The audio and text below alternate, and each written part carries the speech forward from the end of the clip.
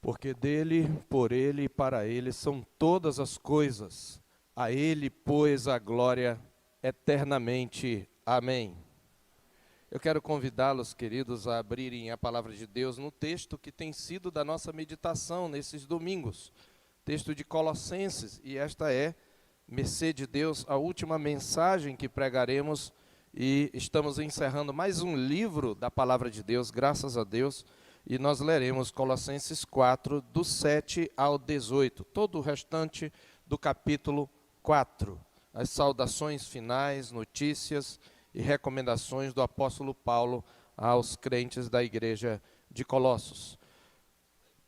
Colossenses 4, verso 7 até ao 18. Assim diz a palavra do Senhor. Quanto à minha situação, Tíquico, irmão amado e fiel ministro, e conservo no Senhor, de tudo vos informará. Eu vos envio com o expresso propósito de vos dar conhecimento da nossa situação e de alentar o vosso coração. Em sua companhia vos envio Onésimo, o fiel e amado irmão, que é do vosso meio. Eles vos farão saber tudo o que por aqui ocorre. Saúda-vos Aristarco, prisioneiro comigo, e Marcos, primo de Barnabé, sobre quem recebestes instruções. Se ele for ter convosco, recebei-o, acolhei-o. E Jesus, conhecido por justo, os quais são os únicos da circuncisão que cooperam pessoalmente comigo pelo reino de Deus. Eles têm sido o meu lenitivo. Saúda-vos Epáfras, que é dentre vós, servo de Cristo Jesus, o qual se esforça sobremaneira continuamente por vós nas orações, para que vos conserveis perfeitos e plenamente convictos em toda a vontade de Deus. E dele dou testemunho de que muito se preocupa por vós, pelos de Laodiceia e pelos de Hierápolis. Saúda-vos Lucas, o médico amado, e também Demas. Saudai os irmãos de Laodiceia, e Ninfa, e a igreja que ela hospeda em sua casa. E uma vez lida esta epístola perante vós, providenciai porque seja também lida na igreja dos Laodicenses, e a dos de Laodiceia, lede-a igualmente perante vós. Também dizei a Arquipo, atenta para o ministério, que recebeste do Senhor para o cumprires. A saudação é de próprio punho. Paulo, lembrai-vos das minhas algemas. A graça seja convosco. Amém. Eu quero começar com algumas perguntas que estão na mesma linha. Você já parou para pensar, e acho que este é um momento excelente para a gente refletir sobre isso, porque estamos chegando ao final do ano, e nós passamos por uma situação bem complicada para o mundo e não sabemos quando ela terminará. Mas eu queria que você refletisse, não sabemos o que nos acontecerá nos próximos 10 anos, 20 anos, se estaremos aqui, mas a questão é, e a minha pergunta primeira é, como você acha que você estará daqui a 10 anos? Eu faço essa pergunta especialmente no que diz respeito à sua condição espiritual. Você já parou para pensar qual sua condição espiritual daqui a 10 anos ou daqui a 20 anos? Ou como você terminará os seus dias? Como você quer ser lembrado no futuro? Quando se referirem ao seu nome, quando você tiver passado deste mundo? Quando alguém ler os registros aqui para nós da terceira igreja, das memórias da igreja, sejam os relatórios das sociedades internas, sejam as atas do conselho, o que você acha que vai constar a seu respeito? Ou se você não é desta igreja, mas o que vai constar a respeito de você nos registros da sua igreja local?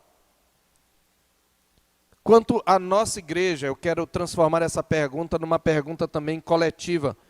O que dirá no futuro as próximas gerações do hall de membros da terceira igreja presbiteriana de Boa Vista? Como ela será conhecida na história? Estas são perguntas que deveríamos nos fazer. E por quê? Porque nós precisamos lembrar que nós estamos neste mundo para deixar um legado. Quer queiramos, quer não, nós deixaremos um legado às próximas gerações. E que legado nós vamos deixar para os nossos filhos?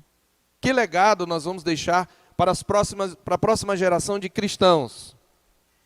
Quando eles virem os registros nas redes sociais, ou no canal do YouTube, ou em algum outro lugar, o que eles dirão de nós? O que eles poderão tirar de lição, de ensinamento para a vida, a partir da nossa vida? O que estamos deixando?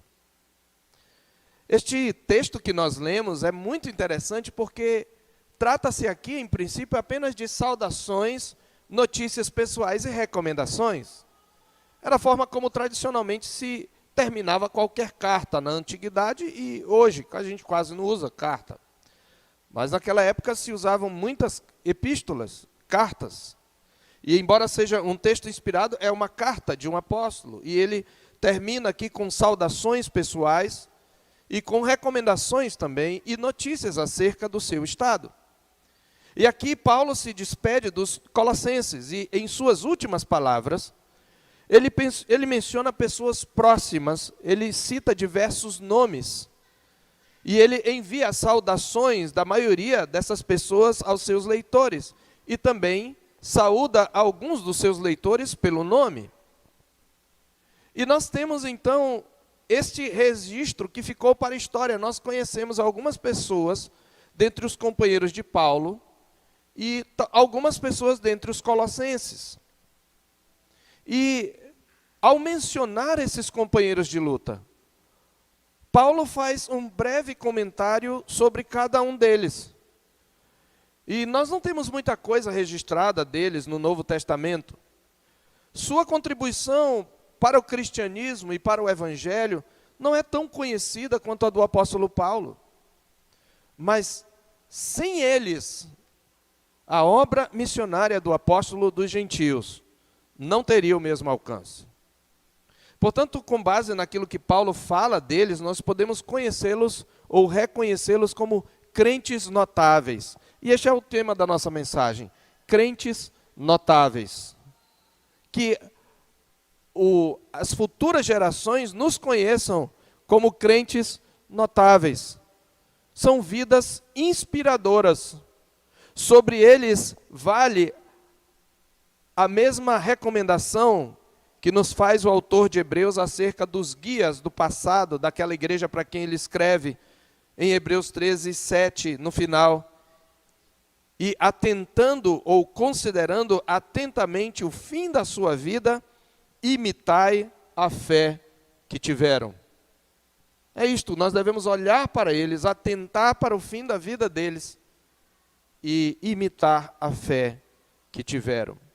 E eu queria destacar aqui 8 classes, vamos dizer assim, de membros notáveis. Apenas uma delas é notável não por suas virtudes, mas por seu pecado. Sim, porque pessoas marcam a história da igreja também pelo dano que elas causam no meio do povo de Deus. Mas a maioria dos exemplos, a esmagadora maioria, é de crentes notáveis por sua vida virtuosa. E entre essas vidas notáveis descritas pelo apóstolo Paulo, nós encontramos primeiramente aqui, por ordem de apresentação, o que nós podemos chamar de mensageiros confiáveis. Que bom é se pudermos ser conhecidos no futuro como mensageiros confiáveis. Este é o caso de Tíquico e Onésimo, que ele cita nos primeiros versos do texto da nossa meditação. Observe o texto, versos 7 a 9. Quanto à minha situação, diz o apóstolo, Tíquico, irmão amado e fiel ministro e conservo no Senhor, de tudo vos informará.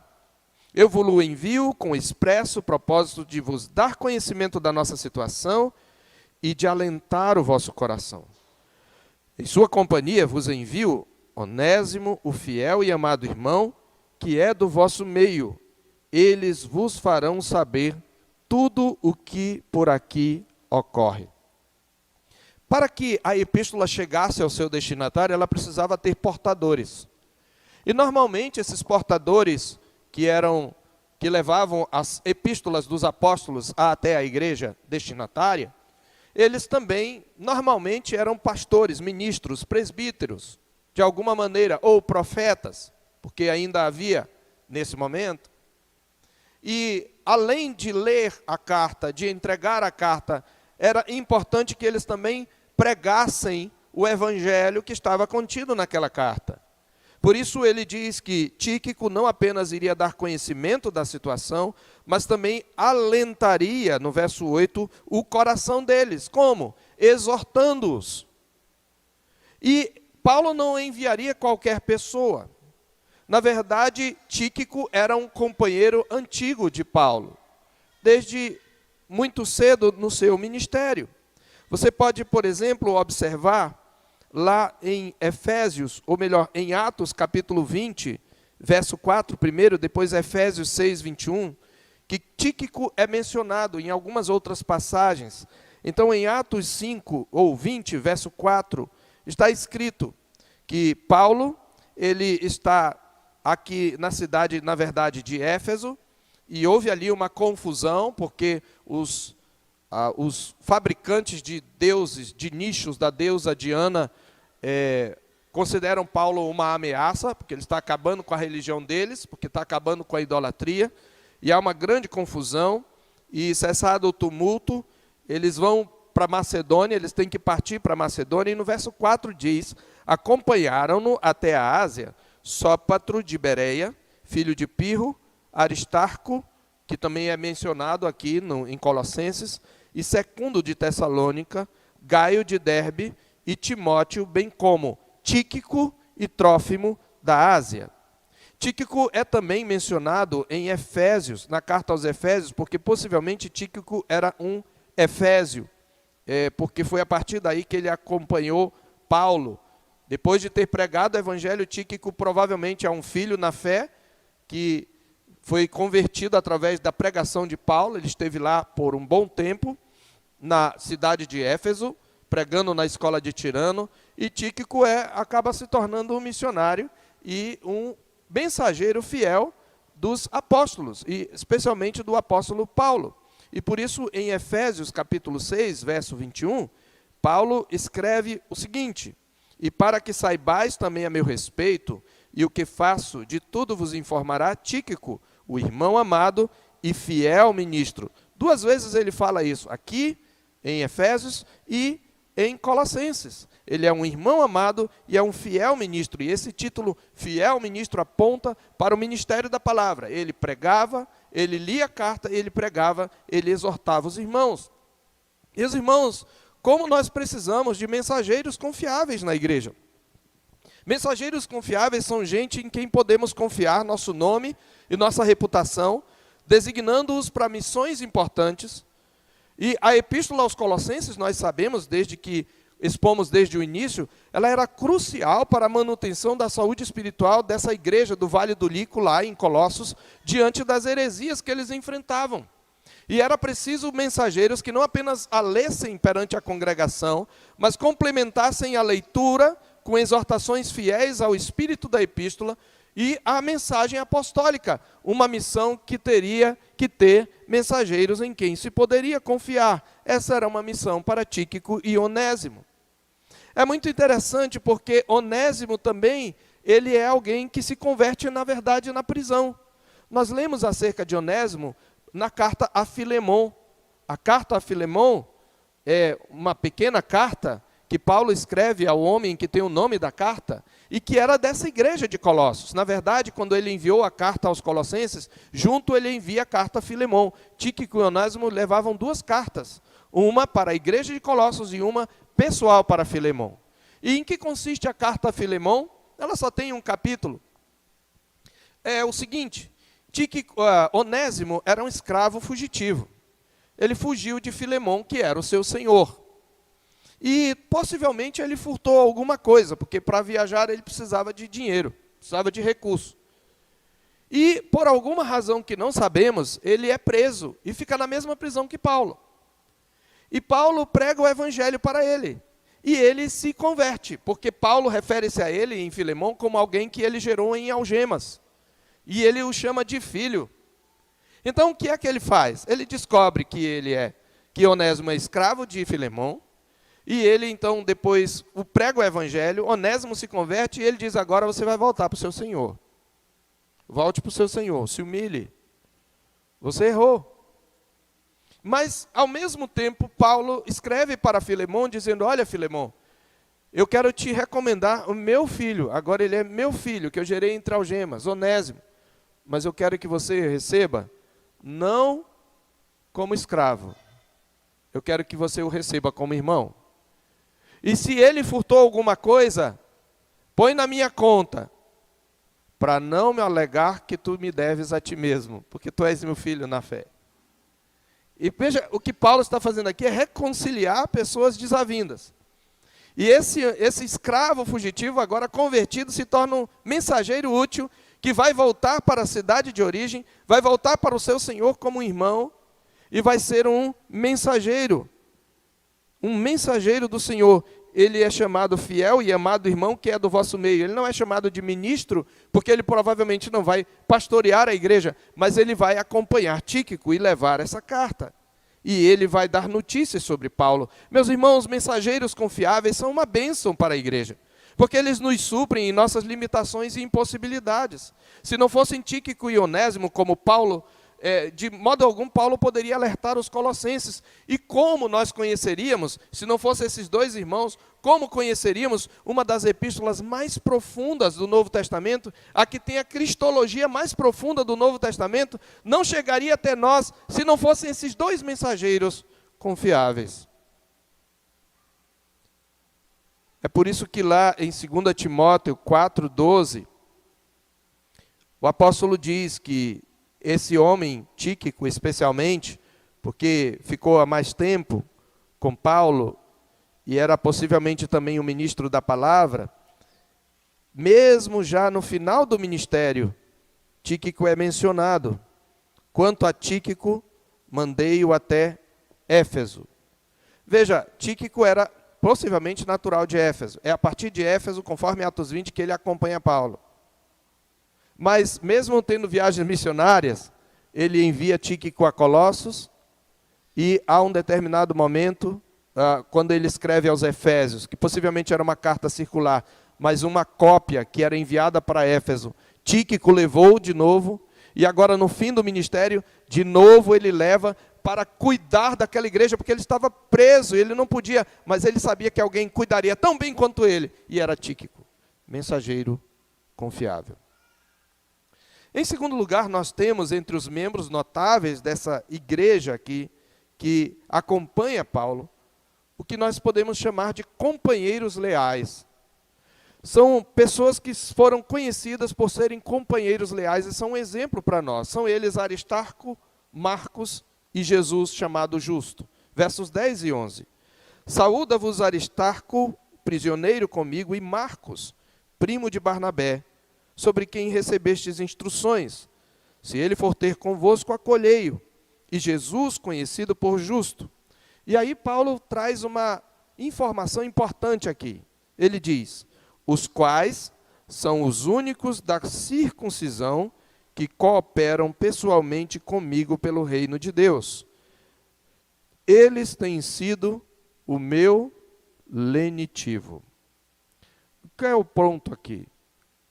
O que ele quer dizer quando ele diz são os únicos da circuncisão? Ele está dizendo são os únicos cristãos de origem judaica que permanecem comigo. Por que isto é importante? Porque eles são companheiros. Veja, a situação de Paulo era a seguinte: a missão de Paulo aos gentios provocou o afastamento e até a oposição de alguns cristãos judeus, que eram chamados da circuncisão. Alguns se opuseram a eles, alguns eram hereges mesmo, estavam querendo impor as leis judaicas aos gentios. A circuncisão era uma delas. E alguns não exatamente se opunham diretamente a ele, mas eu vou manter distância porque ele vive com os gentios e eu não quero me queimar. Você lembra que ele repreende Pedro, lá em Gálatas, ele menciona uma repreensão a Pedro, porque Pedro estava com eles, quando chegaram os da circuncisão, eles tinham tanta força política dentro da igreja, que Pedro se afastou e vivia hipocritamente naquele momento como um judeu puro, quando ele, na verdade, não tinha mais aquelas regras. E Paulo o confronta. Então, alguns dos irmãos da circuncisão, eu diria a maioria deles, ele está dizendo só 3 ficaram com ele, se afastaram. Então, mesmo sendo desse grupo, no entanto, Aristarco, Marcos e Jesus, o justo, chamado justo, eles permaneceram, eram os únicos desse grupo que permaneceram ao lado de Paulo e tornaram-se um poderoso consolo.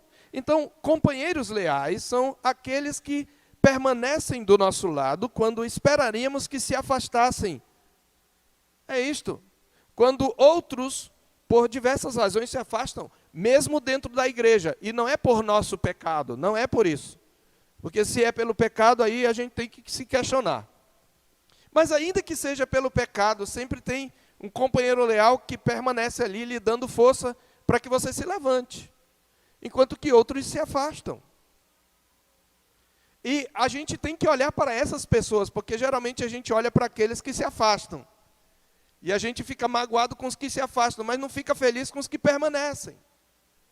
E às vezes, dentro do contexto do reino de Deus, nós temos lutas, nós temos embates intramuros pela sã doutrina que podem levar colegas, amigos, irmãos a se afastarem, ainda que sejam irmãos. Isto acontece, irmãos. Mas a palavra de Deus diz que há pessoas que não se afastam de nós quando entendem que nós estamos lutando pelo Evangelho e mantêm-se companheiros, mesmo em situações em que esperaríamos que se afastassem. E elas são para nós, como foram esses 3 para Paulo, um lenitivo. E essa era uma palavra empregada para o consolo diante da morte, quando alguém estava de luto. Era como se Paulo tivesse de luto. É o que esses homens representavam para o apóstolo. A lealdade de João Marcos é ainda mais notável pelo fato de ter ele sido rejeitado por Paulo no passado devido à sua desistência numa viagem missionária. Está lá em Atos 13, você pode abrir lá, nós vamos partir para o segundo ponto. E mesmo assim, Marcos e os seus 2 companheiros judeus se mostraram leais quando outros cortaram relações com Paulo. Irmãos, não devemos ser românticos com relação à igreja. Haverá pessoas que cortarão relações conosco por razões egoístas. Eu preciso repetir. Às vezes é porque a gente é chato mesmo. Às vezes é por causa do nosso pecado mesmo. Mas às vezes é por razões egoístas. Porque a virtude às vezes incomoda, mesmo um crente, quando ele é imaturo. E muitas vezes dentro da igreja nós podemos vivenciar esse momento. Mas a palavra de Deus diz que Deus sempre tem na igreja aqueles que são companheiros leais, aqueles que não se afastam de você, mesmo quando outros não querem mais a sua companhia. E esses companheiros leais, eles sempre nos surpreendem, tornando-se conforto em tempos de incompreensão, de decepção e de abandono. É muito comum a gente se sentir abandonado. Na maioria das vezes são sentimentos egoístas. Mas Deus é tão bom que Ele sempre conserva irmãos que ficam ali do nosso lado. Sempre. Os irmãos sabem do que eu estou falando. Às vezes, mesmo quando a gente peca, e existem certas situações que Jesus até nos ordena a considerar o incorrigível e quanto mais como gentil e publicano.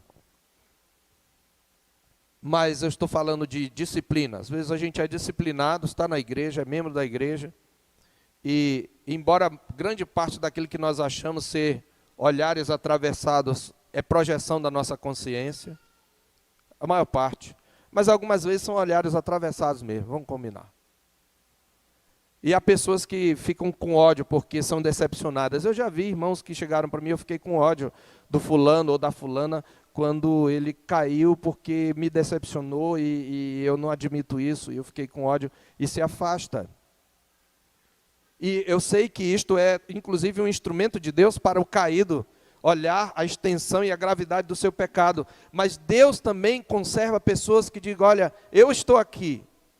Você errou, você pecou, você caiu, mas eu estou aqui, vamos levantar. E nós precisamos enxergar esses irmãos, e nós precisamos desejar ser esse tipo de irmão. O nosso lenitivo, companheiros leais. Em terceiro lugar, nós temos aqui, ainda falando de Marcos, o que nós podemos chamar de desistentes recuperados. Veja, um crente não se torna notável apenas por caminhar sem deslizes. Não. Um crente pode se tornar notável pelo fato de que levou um grande tombo, uma grande queda, mas se levantou e conseguiu, pela graça de Deus, se tornar útil de novo e talvez melhor do que era antes da sua queda. Isto não por causa dele, não pelos seus méritos ou pelo seu poder, mas pelo poder da graça restauradora de Deus, para colocar em realce o poder da graça e do amor de Deus. E este foi o caso de Marcos. Veja que Marcos, lá em Atos 13, você quiser abrir lá, se quiser abrir lá, em Marcos capítulo 13, está escrito que Marcos, de início, acompanhou Paulo e Barnabé numa das viagens missionárias. Observe aí, a primeira viagem missionária foi com Paulo e Barnabé. E você lembra de Barnabé, né? O nome dele, inclusive, era um apelido que remetia à sua virtude. Barnabé significa filho da exortação. Ele era um homem que encorajava os outros. Quando Paulo se converteu, lá em Atos 9, os apóstolos ficaram meio assim, meio ressabiados, né? Que ele era um perseguidor, e Barnabé o tomou, apresentou e falou o que Deus tinha feito, e assim os entrosou. Ele também foi até a igreja de Antioquia, ele encorajou os irmãos, ele viu a graça de Deus, ele os encorajou para que ficassem firmes no Senhor, porque diz a Bíblia, era um homem bom, cheio do Espírito Santo e de fé. E agora, então, Marcos resolve levar, ou Barnabé resolve levar o seu primo Marcos. Eles são primos. E diz a palavra de Deus que, se você quiser olhar aí no verso 5, chegados a Salamina, anunciava a palavra de Deus nas sinagogas judaicas. Tinham também João como auxiliar. Esse João o nome dele era João Marcos. Então é o mesmo Marcos. Mas diz aqui no verso 13, observe, que navegando de Pafos, Paulo e seus companheiros dirigiram-se a Perge da Panfilha. João, porém, apartando-se deles, voltou para Jerusalém. Simplesmente ele desistiu da viagem. Simplesmente, como costumamos dizer aqui na nossa região, ele arregou. Ele acovardou-se. Não quis mais. Olha, eu não vou mais não. Mas por que não? Não quero mais, é muito, muito difícil. Não foi uma queda, vamos dizer assim, num pecado grave, um pecado moral, mas ele abandonou um projeto missionário. E como tem gente? Eu me lembro de um irmão que ele estava na mata, com cerca de, talvez, uns 7 ou 8 companheiros, e os companheiros não aguentaram, depois de algum dia, entre os Yanomami, ele na mata, quando ele amanheceu, tinha ido todo mundo embora e ele ficou só. Isso acontece. Foram embora, não aguentaram mais, e nem avisaram para ele. Quando ele se viu, ele estava sozinho. Então isso acontece. Sim, acontece nas melhores igrejas. E Paulo, então, Marcos os deixou. E aí o que acontece? No capítulo 15, veja aí, no capítulo 15, quando Paulo e Barnabé estão indo, capítulo 15, versículos 36 a 40, a palavra de Deus mostra que eles estão na sua segunda viagem missionária. E aí, alguns dias depois, diz o verso 36, disse Paulo a Barnabé: voltemos agora para visitar os irmãos por todas as cidades nas quais anunciamos a palavra do Senhor, para ver como passam. E Barnabé queria levar também a João, chamado Marcos. A Paulo olhou assim: esse aí? Vai não. Quer levar de novo? Você quer se arriscar de novo? Não! não vai. Barnabé disse, vai. Tem que dar chance para o menino. Não vai, vai. Veja o que diz o verso 39. Diz o verso 38, mas Paulo não achava justo levarem aquele que se afastara desde a Panfilha, não os acompanhando no trabalho. Não é justo. Não é justo, Barnabé. Diz o verso 39, que eles brigaram feio. Sim, missionários de respeito brigam feio porque são pecadores. Vamos parar de romantizar a igreja. Ah, eu não quero frequentar a igreja, porque a igreja só tem falso, só tem hipócrita. E você já conhece a resposta, junte-se, há lugar para mais um. Porque a igreja é uma comunidade de pecadores. E diz que houve entre esses grandes servos de Deus tal desavença que vieram a separar-se.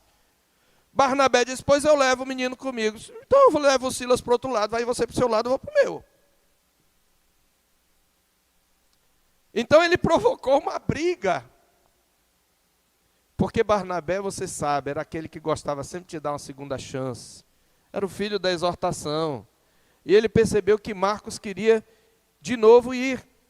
Então, na verdade, desistentes recuperados são irmãos que, em razão de alguma fraqueza, eles recuam em grandes desafios, deixando-nos na mão, mas são crentes verdadeiros. Quando eles caem em si, eles voltam à linha de frente, fortalecidos, encorajados, passando a ter uma vida digna do Evangelho.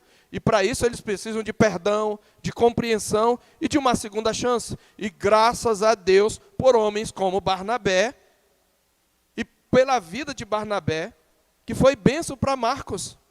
Porque quem foi Marcos depois? Marcos foi aquele que escreveu o segundo evangelho, possivelmente o mais antigo dos 4. Marcos é alguém que depois Paulo reconhece, como ele reconhece aqui em Colossos. Aqui já é depois daquele, possivelmente do acontecimento. E Marcos está com ele de novo. Restaurados, esses desistentes recuperados podem ser úteis em tempos de necessidade. Sabe, Barnabé estava certo, Paulo estava errado. Porque lá em 2 Timóteo, capítulo 4, verso 11, observe o que Paulo diz. A segunda carta a Timóteo, Paulo está de novo numa prisão, não a mesma que ele estava agora em Colossos, mas é uma segunda prisão. E dessa prisão ele não sairia mais. Esta é a última carta que Paulo escreve, a carta a 2 Timóteo. É a última que ele escreve, dali ele vai para a guilhotina, ou para a forca. Ali ele vai morrer. Olha o que ele diz em 2 Timóteo 4,11. Traze contigo a Marcos, pois me é útil para o ministério. Traz Marcos, está na prisão. Eu preciso de Marcos. Desistentes recuperados, eles podem ser bênção quando eles recebem uma segunda chance. Em quarto lugar, nós temos aqui também o que nós podemos chamar de guerreiros aguerridos. Entre os crentes notáveis, há guerreiros aguerridos na batalha do Senhor. Observe, mantenha sua Bíblia aberta, irmão. Não feche sua Bíblia. Como Epáfras, leia o verso 12 e o verso 13. Verso 12 e o verso 13. Saúda-vos Epáfras, que é dentre vós. O que é isso? Ele é colossense. É dentre vós, servo de Cristo Jesus, o qual se esforça sobremaneira continuamente por vós, nas orações, para que vos conserveis perfeitos e plenamente convictos em toda a vontade de Deus. Dele dou testemunho de que muito se preocupa por vós, pelos de Laodiceia e pelos de Herápolis. Você lembra quem é Epáfras? Abra no capítulo 1, você vai ver. Epáfras era o pastor da igreja de Colossos. E ele, você lembra, havia ido até Paulo para levar notícias acerca da heresia que estava ameaçando a igreja e o estava preocupando. Então ele recorre a um grande combatente da fé, a Paulo. É o que motiva a epístola aos Colossenses. Só que quando ele chega onde Paulo está, ou em Roma ou em Cesareia, não temos certeza, provavelmente em Roma, mas quando ele chega onde Paulo está, por alguma razão ele é preso também, por causa do evangelho. E aí a coisa fica difícil, porque ele não pode voltar para a sua igreja, para o seu rebanho. Como é que ele vai fazer? Aí Deus providencia a conversão de um homem chamado Onésimo. E Tíquico, que estava servindo Paulo de alguma maneira lá, é também convocado e eles escrevem uma carta e mandam para lá. Observe que ele diz no capítulo 1, observe na sua Bíblia, para ver se as coisas são de fato assim. Paulo, ele louva a Deus pelo evangelho que eles ouviram. Ele diz no verso 6 que chegou até vós, como também em todo mundo está produzindo fruto e crescendo, tal acontece entre vós, desde o dia em que ouvistes e entendestes a graça de Deus na verdade, segundo fostes instruídos por Epáfras. Foi por Epáfras que eles foram instruídos no evangelho.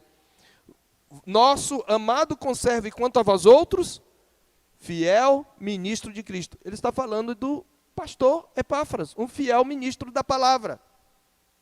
E uma coisa muito interessante é que ele era tanto zeloso na pregação da palavra, quanto ele era um combatente em oração. Ele não podia voltar, ele não podia estar lá, ele não podia combater aquelas heresias. O que ele podia fazer? Ele podia dobrar os joelhos e agonizar na presença do Senhor.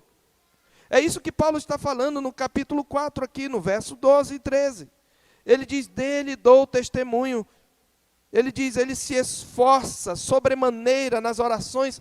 A ideia de uma luta em oração, continuamente. Para quê?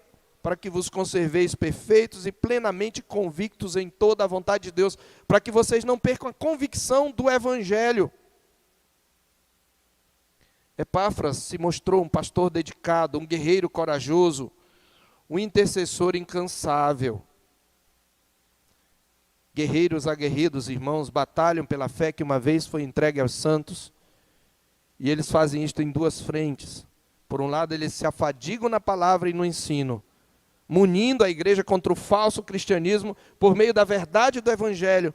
Por outro, eles agonizam e sofrem em oração para o pleno crescimento espiritual do corpo de Cristo. Eles se esfalfam até verem toda a vontade de Deus cumprida na igreja.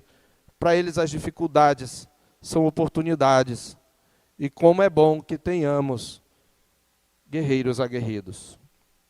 Quinto tipo de crentes notáveis, cooperadores achegados. E entre eles está Lucas, veja verso 14. Saúda-vos Lucas, o médico amado. Se você observar, se você parar, você vai lembrar que o livro de Atos foi escrito por Lucas. E se você notar bem, você verá que algumas das passagens são escritas na primeira pessoa do plural. Navegamos dali para tal local, chegamos a tal local. Por quê? Lucas acompanhava Paulo em suas viagens. E Lucas é daqueles companheiros que você atravessa gerações e ele está sempre do seu lado. É isso que era Lucas. Como Deus é maravilhoso, ele faz isso com a gente. Ao longo da vida de Paulo, ele passou de cidade em cidade, perseguido. Muitas vezes teve embates dentro da própria igreja. Mas Deus sempre conservou alguns companheiros que nunca saíram do lado dele, cooperadores achegados. Ele chama de médico amado.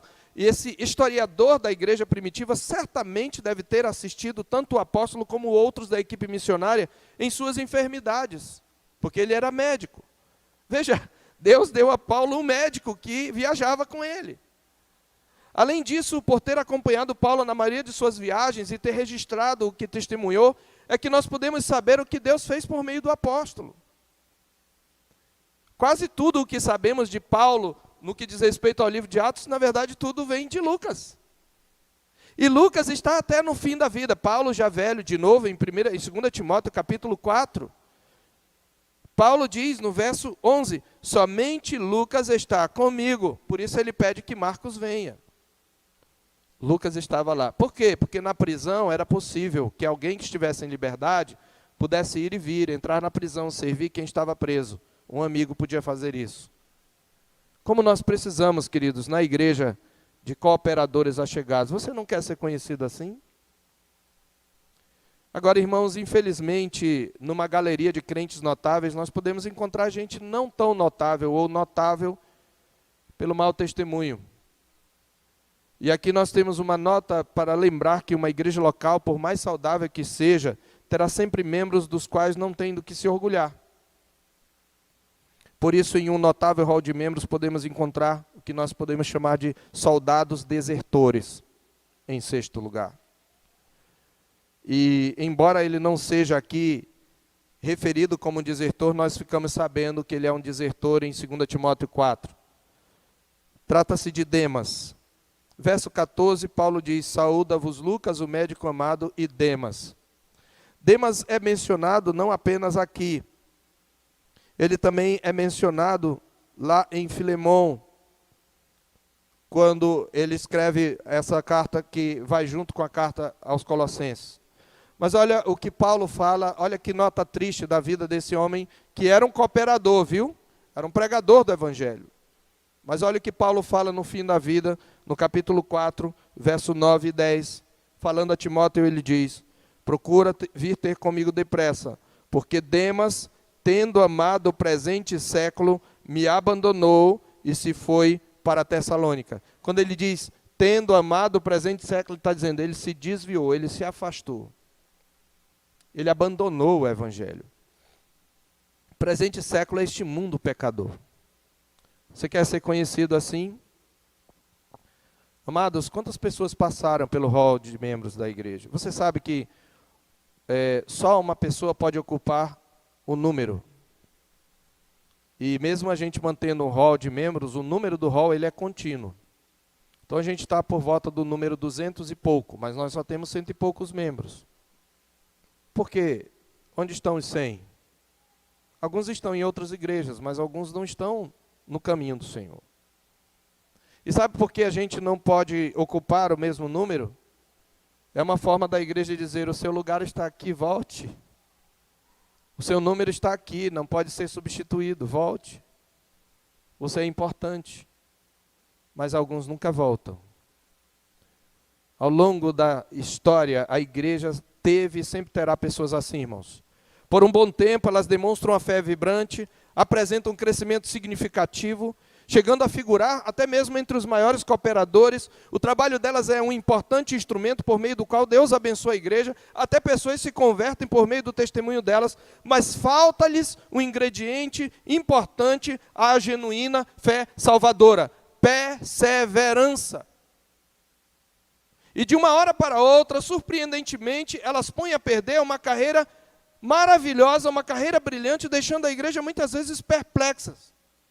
E por mais que queiram colocar a culpa na igreja para tentar justificar a sua saída, a verdadeira razão para tal é que elas voltaram a flertar com o mundo. Elas amaram o presente século, revelando assim que saíram do nosso meio, mas não eram dos nossos, como João fala em 1 João 2,19, dos falsos profetas. Elas causam muita tristeza, mas a sua saída, por outro lado, mostra quem elas realmente são e faz parte do processo de santificação da igreja. O fracasso desse tipo de pessoas, dos soldados desertores, serve de alerta, lembrando-nos da advertência que diz: aquele que pensa estar em pé, veja que não caia.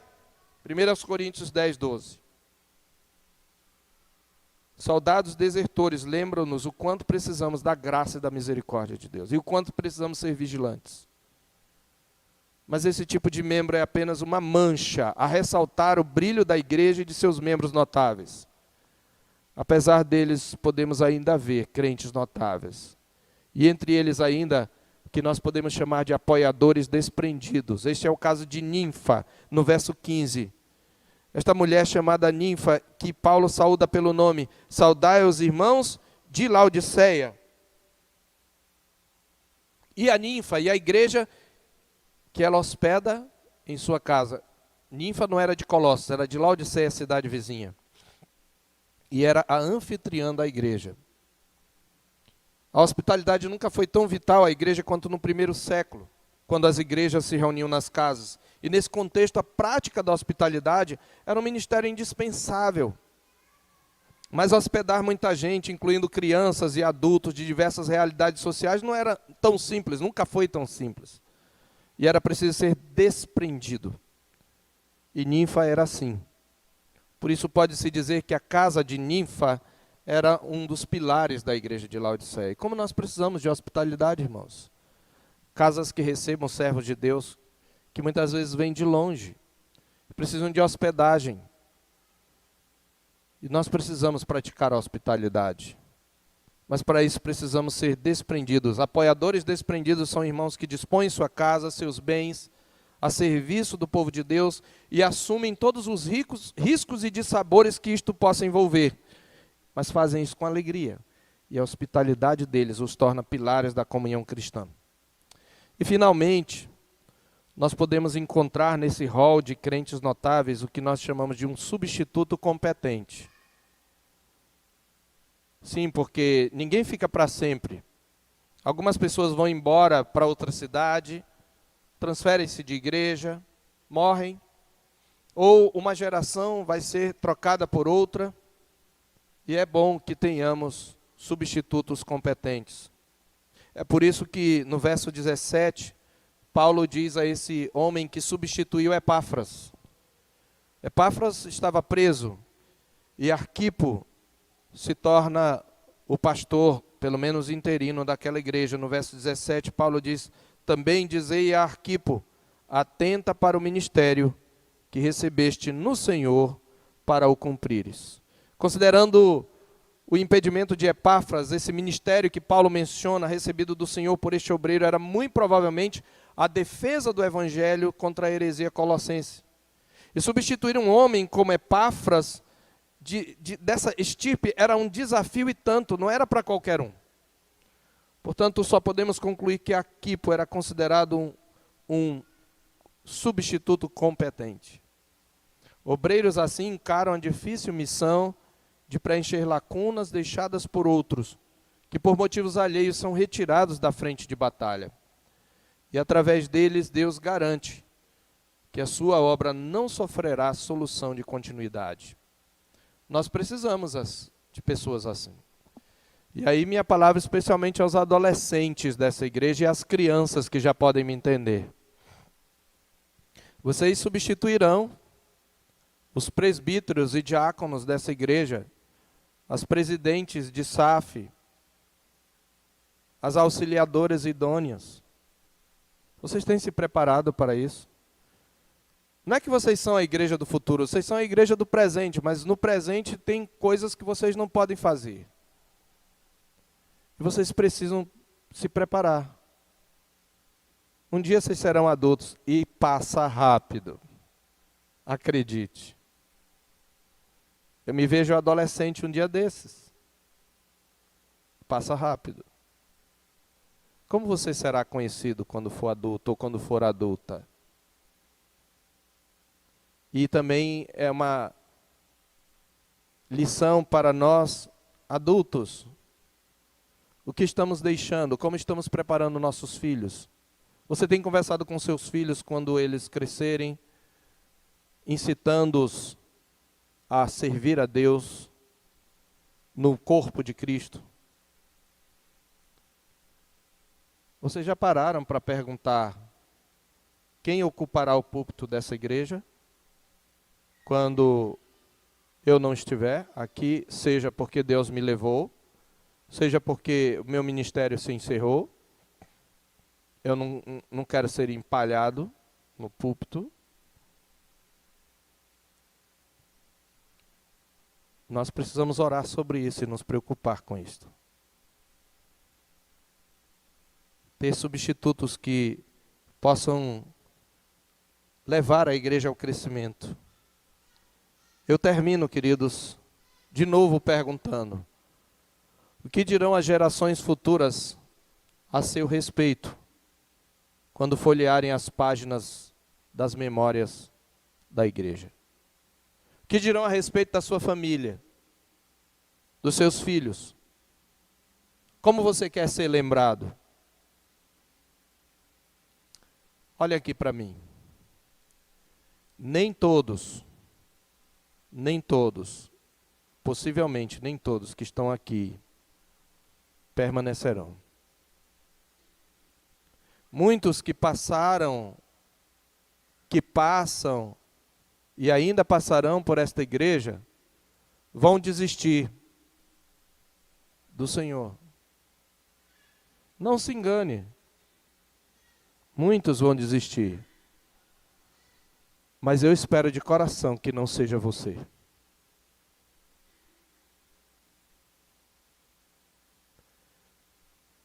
Crentes notáveis não se tornam notáveis porque eles desejam ser notáveis. Não. Crentes se tornam notáveis porque eles decidiram cumprir aquilo que Paulo pede no capítulo 1, verso 10 desta oração, dessa epístola. Crentes se tornam notáveis porque decidiram viver de modo digno do Senhor, para o seu inteiro agrado, frutificando em toda boa obra e crescendo no pleno conhecimento de Deus. Crentes notáveis não são aqueles que querem ser conhecidos como tais, são aqueles que querem fazer Cristo conhecido neles. Porque o que de fato faz esses crentes, todos que eu mencionei, brilharem, não é nada mais, nada menos do que a presença de Cristo na vida deles. É Cristo que nós estamos enxergando aqui, na verdade.